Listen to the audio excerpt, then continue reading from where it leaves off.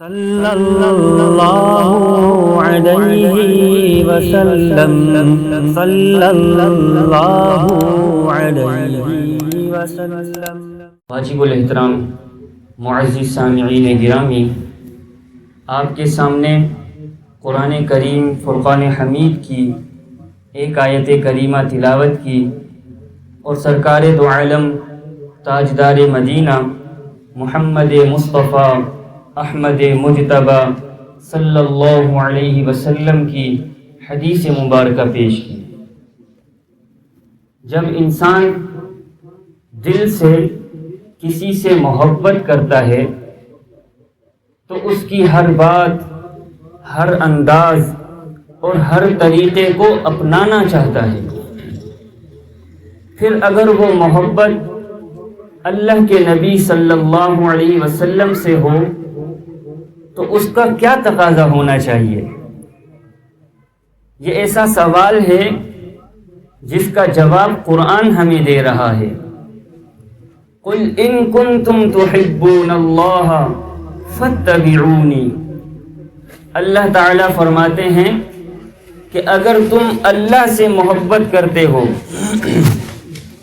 اگر تم اللہ سے محبت کرتے ہو اور یہ چاہتے ہو کہ اللہ بھی تم سے محبت کرے، فَاتَّبِعُونِی، تو میرے نبی کی اتباع کرو۔ تو اللہ تعالیٰ نے اس آیت میں اپنی محبت کا راز بتلایا ہے۔ اللہ تعالیٰ نے اس آیت میں اپنی محبت کے حصول کا طریقہ اور مؤثر رستہ بیان کیا ہے۔ فرمایا کہ اگر تم واقعی اپنے دعوے میں سچے ہو اور تمہاری یہ چاہت ہے کہ اللہ بھی تم سے محبت کرے، تو پھر اس کا رستہ اور طریقہ یہ ہے کہ تم اللہ کے نبی کی اتباع کرو۔ جب اللہ کے نبی کی اتباع کرو گے تو کیا ہوگا؟ یحببکم اللہ، اللہ بھی تم سے محبت کرے گا، ویغفر لکم ذنوبکم، اور بونس یہ ملے گا کہ تمہارے گناہ بھی سارے معاف ہو جائیں گے۔ اسی حقیقت کو آقا علیہ الصلوۃ والسلام نے ان الفاظ سے بیان فرمایا کہ لا یؤمن احدکم حتی یکون ہواہ تبعا لما جئت بہ، کہ تم میں سے کوئی شخص کامل مومن نہیں ہو سکتا جب تک کہ تم اپنی خواہشات کو میری تعلیمات پر لے کر نہیں آتے۔ تمہاری تمام خواہشات میری لائی ہوئی تعلیمات کے مطابق ہوں گی، تب تم کامل ایمان والے ہوگے۔ ایک دوسری آیت میں اللہ تبارک و تعالی نے ان چیزوں کا ذکر کیا جن چیزوں کی وجہ سے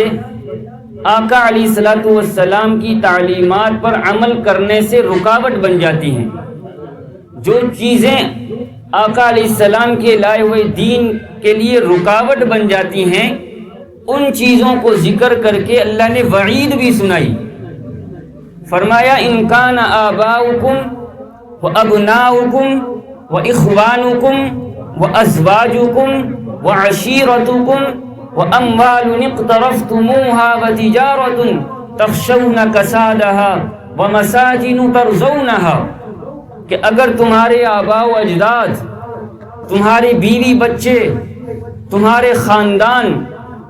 تمہارا مال، تمہاری تجارت اور تمہارے وہ مکان اور محلات جس میں تم رہتے ہو، احب الیکم من اللہ ورسولہ وجہاد، اگر یہ تمام چیزیں تمہیں اللہ سے زیادہ محبوب ہیں، اللہ کے رسول سے زیادہ محبوب ہیں، یہ تمام چیزیں تمہیں جہاد فی سبیل اللہ سے زیادہ محبوب ہیں، فتربصوا حتی یأتی اللہ بامرہ، تو پھر انتظار کرو اللہ کے حکم کا، انتظار کرو اللہ کے عذاب کا، کیونکہ تم اپنے دعوے میں جھوٹے ہو، تم کامل ایمان والے نہیں ہو۔ اسی حقیقت کو اللہ کے رسول صلی اللہ علیہ وسلم نے ان الفاظ سے بیان فرمایا لا یؤمن احدکم حتی اکون احب الیہ من والدہ وولدہ والناس اجمعین، کہ تم کامل مومن نہیں ہو سکتے جب تک کہ تمہارے نزدیک میں تمہارے والدین سے زیادہ نہ عزیز ہو جاؤں، تمہارے بیوی بچوں سے زیادہ عزیز نہ ہو جاؤں، تمہارے تمام خاندان اور رشتہ داروں سے جب تک تم مجھے اپنا سب سے زیادہ عزیز اور محبوب نہیں بناؤ گے تم کامل ایمان والے نہیں بن سکتے۔ قرآن کریم کی ان آیات اور احادیث میں محض وعید نہیں سنائی گئی ہے، بلکہ اللہ کی طرف سے کھلا اعلان کیا گیا ہے کہ نبی صلی اللہ علیہ وسلم کی محبت ہر شے پر غالب ہو۔ یہی وجہ ہے کہ ایک مرتبہ حضرت عمر رضی اللہ تعالی عنہ تشریف لائے اور عرض کیا، یا رسول اللہ، آپ مجھے ہر چیز سے زیادہ محبوب ہیں سوائے میری جان کے، آپ مجھے ہر چیز سے زیادہ محبوب ہیں سوائے میری جان کے۔ تو آقا علیہ السلام نے کیا ارشاد فرمایا؟ نہیں ہے عمر، جب تک میں تمہیں تمہاری جان سے بھی زیادہ محبوب نہ بن جاؤں، جب تک میں تمہیں تمہاری جان سے بھی زیادہ محبوب نہ بن جاؤں۔ اچھا، اسی حقیقت کو اللہ نے قرآن میں بھی بیان کیا، النبی اولا بالمؤمنین من انفسہم، کہ نبی تو ایمان والوں کے لیے اپنی جان سے بھی زیادہ عزیز رکھتے ہیں، ایمان والوں کو اپنی جان سے بھی زیادہ محبوب کون ہیں؟ ان کے نبی ہیں۔ عمر رضی اللہ تعالیٰ عنہ فوراً بول اٹھے، یا رسول اللہ، اب آپ مجھے اپنی جان سے بھی زیادہ محبوب ہیں۔ تو آقا علیہ السلام نے فرمایا، ہاں اب عمر تم کامل ایمان والے بن گئے ہو۔ اچھا، یہ صرف جذباتی اسٹیٹمنٹ نہیں تھا حضرت عمر رضی اللہ تعالیٰ عنہ کا، یہ صرف جذباتی اور زبانی دعویٰ نہیں تھا، یہ نعرہ نہیں تھا جس طرح ہمارے کھوکھلے نعرے ہوتے ہیں، بلکہ صحابہ اکرام کی تاریخ کا اگر مطالعہ کر کے دیکھیں تو عملی طور پر انہوں نے آقا علیہ الصلوۃ والسلام کے لیے اپنی جان نچھاور کر کے دکھلائی ہیں۔ حضرت خبیب رضی اللہ تعالی عنہ ایک جنگ کے موقع پر کفار مکہ نے انہیں گرفتار کر لیا، سولی پر چڑھایا جا رہا ہے، تو کسی کافر نے کہا کہ خبیب، تمہاری کیا چاہت ہے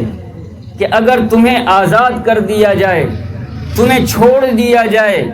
اور تمہاری جگہ یہاں تمہارے نبی کو باندھ دیا جائے، معاذ اللہ، تمہاری جگہ یہاں سولی پر تمہارے نبی کو چڑھا دیا جائے، تمہاری کیا چاہت ہے؟ اللہ اکبر۔ خبیب رضی اللہ تعالی عنہ نے کیا جواب دیا؟ فرمایا، خدا کی قسم، مجھے تو یہ بھی گوارا نہیں کہ میں یہاں سے آزاد کر دیا جاؤں،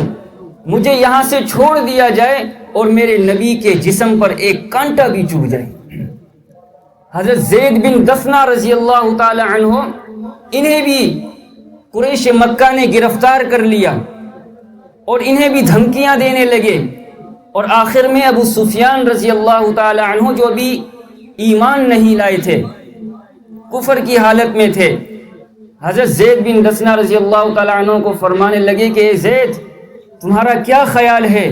کہ تمہیں چھوڑ دیا جائے، تم اپنے گھر میں آرام سے رہو اور تمہارے نبی کو یہاں لا کر باندھ دیا جائے؟ تو زید بن دسنہ رضی اللہ تعالی عنہ نے وہ تاریخی جواب دیا جو سنہری حروفوں میں لکھا گیا، فرمایا، خدا کی قسم، مجھے تو یہ بھی گوارا نہیں کہ میرے نبی کو مدینے کا ایک کانٹا چبھ جائے اور میں اپنے گھر میں آرام سے رہوں۔ یہ صرف صحابہ اکرام نہیں تھے، بلکہ اگر صحابیات کی تاریخ کا مطالعہ کریں تو وہ بھی اپنے نبی کے لائے ہوئے دین پر اپنی جانیں نشاور کرتی تھیں۔ حضرت عمار رضی اللہ تعالی عنہ، جن کی والدہ ہیں سمیہ رضی اللہ تعالی عنہ، انہیں بھی گرفتار کر لیا گیا۔ ان کے والد کو پہلے شہید کر چکے تھے، اب ان کے والدہ کی باری تھی۔ سمیہ رضی اللہ عنہ کو دھمکیاں دے رہے ہیں، اپنے دین کو چھوڑ دو، اسلام کو چھوڑ دو، وگرنہ جان سے ہاتھ دھونا پڑے گا۔ سمیہ رضی اللہ عنہ فرمانے لگی کہ میری جان لینا چاہتے ہو تو لے لو، لیکن میں اپنے نبی کے لائے ہوئے دین کو نہیں چھوڑوں گی۔ چنانچہ بے دردی کے ساتھ انہیں شہید کر دیا گیا۔ کتابوں میں لکھا ہے کہ 2 اونٹوں کے درمیان باندھ کر انہیں بھگایا گیا، یعنی یوں سمجھ لیجئے کہ انہیں چیر دیا گیا۔ یہ محبت تھی صحابہ اکرام رضی اللہ عنہم اجمعین کی، یہ قربانی تھی صحابہ اکرام رضی اللہ عنہم اجمعین کی، کہ جنہیں یہ محبت تھی کہ جس محبت نے انہیں سولیوں پر چڑھا دیا۔ آج ہم بھی محبت کا دعویٰ کرتے ہیں، حقیقت میں عمل کے بغیر ہمارے یہ دعوے کھوکھلے بن چکے ہیں۔ درود کی تسبیحات ہیں لیکن زبان پر بد کلامی اور بد زبانی ہے، آنکھوں سے روضہ رسول کا تصور کرتے ہیں لیکن پھر انہی آنکھوں سے بے حیائی اور بد نظری بھی کرتے ہیں، ہاتھوں کو تسبیح بنا دیا درود کی لیکن انہی ہاتھوں سے کسی پر ظلم کر رہے ہیں، کسی کا مال ناحق غصب کر رہے ہیں، کسی سے رشوت لے رہے ہیں، کسی سے سود انہی ہاتھوں سے لیا جا رہا ہے۔ ہماری زندگیوں میں تو سنت نام کی کوئی چیز نہیں ہے اور ہم اپنے آپ کو بڑے فخر سے اہل سنت والجماعت کہلاتے ہیں، ہمارے اندر تو کوئی سنت نام کی چیز نہیں ہے، ہمارے اندر کوئی محبت نام کی چیز بھی نہیں ہے اور ہم عشق رسول کا دعویٰ کرتے ہیں۔ تو میرے محترم بزرگوں، آقا علیہ الصلوۃ والسلام سے محبت کا دعویٰ ہم تبھی پورا کریں گے جب آقا علیہ السلام کی اتباع کریں گے، آقا علیہ الصلوۃ والسلام کی سنت پر عمل کریں گے۔ اللہ اکبر کبیرہ، ایک لمحے کے لیے سوچئے تو صحیح کہ اللہ تعالیٰ نے ہمیں کیسا نبی عطا فرمایا ہے، جس نبی کے بارے میں قرآن نے کہا لَقَدْ مَنَّ اللَّهُ عَلَى الْمُؤْمِنِينَ إِذْ بَعَثَ فِيهِمْ رَسُولًا، جس قرآن نے کہا قُلْ إِن كُنتُمْ تُحِبُّونَ اللَّهَ فَاتَّبِعُونِي يُحْبِبْكُمُ اللَّهُ، اللہ نے اپنی محبت کا راز نبی کی اتباع کے ساتھ جوڑ دیا۔ یہ زمانہ یہ عرب و عجم تیرے ہیں، تیرے قدموں میں شہی بود و عدم تیرے ہیں، تجھے اللہ نے بخشی یہ سعادت کے کہا کہ محمد سے وفا تو نے تو ہم تیرے ہیں، جن کے صدقے یہ زمین و آسمان بنائے گئے، جن کی نبوت پر انبیاء نے آمین کہی، جن کے اندر آدم علیہ الصلوۃ والسلام کی مثال نظر آتی ہے، نوح علیہ الصلوۃ والسلام کا عزم نظر آتا ہے، ابراہیم علیہ الصلوۃ والسلام کا ولولہ توحید نظر آتی ہے، اسماعیل کا ایثار نظر آتا ہے، یوشع کا جہاد نظر آتا ہے، یوسف کا حسن نظر آتا ہے، موسیٰ کا جلال اور ہارون کا جمال نظر آتا ہے، جو عیسیٰ کا زہد و تقویٰ لے کر امتوں کے تاجدار بن کر آئے، جن کے بارے میں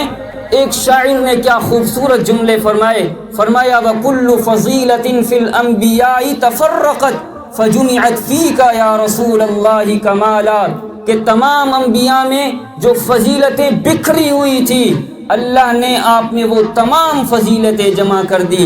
ایسا نبی اللہ نے ہمیں عطا کیا۔ تو میرے محترم بزرگوں،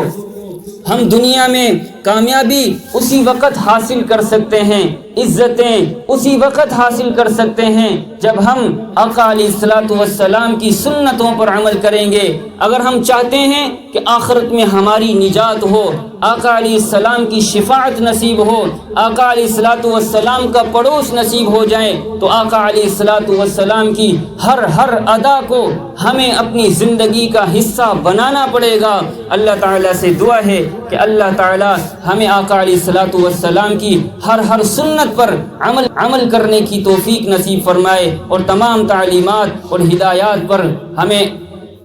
عمل کرنے کی توفیق نصیب فرمائے۔ وآخر دعوانا ان الحمد للہ رب العالمین۔ صلی اللہ علیہ وسلم، صلی اللہ علیہ وسلم۔ محبت، حکمت اور سچائی کے ساتھ دین کی بات سننے کے لیے مولانا مجیب الرحمان آفیشیل یوٹیوب چینل کو آج ہی سبسکرائب ضرور کریں۔